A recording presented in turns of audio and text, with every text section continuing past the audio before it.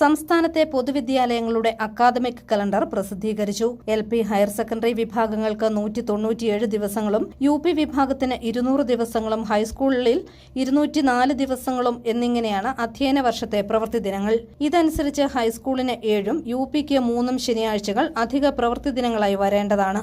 6 പ്രവൃത്തി ദിനങ്ങൾ തുടർച്ചയായി വരാത്ത വിധമാണിത്.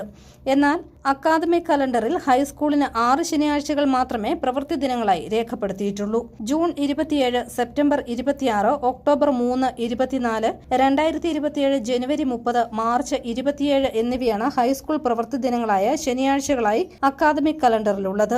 ജൂൺ 27, സെപ്റ്റംബർ 26, ഒക്ടോബർ 24 എന്നിങ്ങനെയാണ് UP പ്രവൃത്തി ദിനങ്ങളായ ശനിയാഴ്ചകൾ.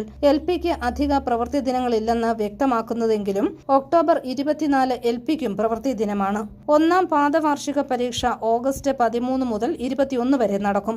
22 മുതൽ 30 വരെയാണ് ഓണാവധി. 2ാം പാദവാർഷിക പരീക്ഷ ഡിസംബർ 10 മുതൽ 18 വരെയും നടക്കും. ഡിസംബർ 19 മുതൽ 27 വരെ ക്രിസ്തുമസ് അവധി ലഭിക്കും. 1 മുതൽ 9 വരെ ക്ലാസുകളിലെ വാർഷിക പരീക്ഷ 2027 മാർച്ച് ആദ്യവാരം നടക്കും. മാർച്ച് 2 മുതൽ 29 വരെയാണ് +1, +2 പരീക്ഷകൾ.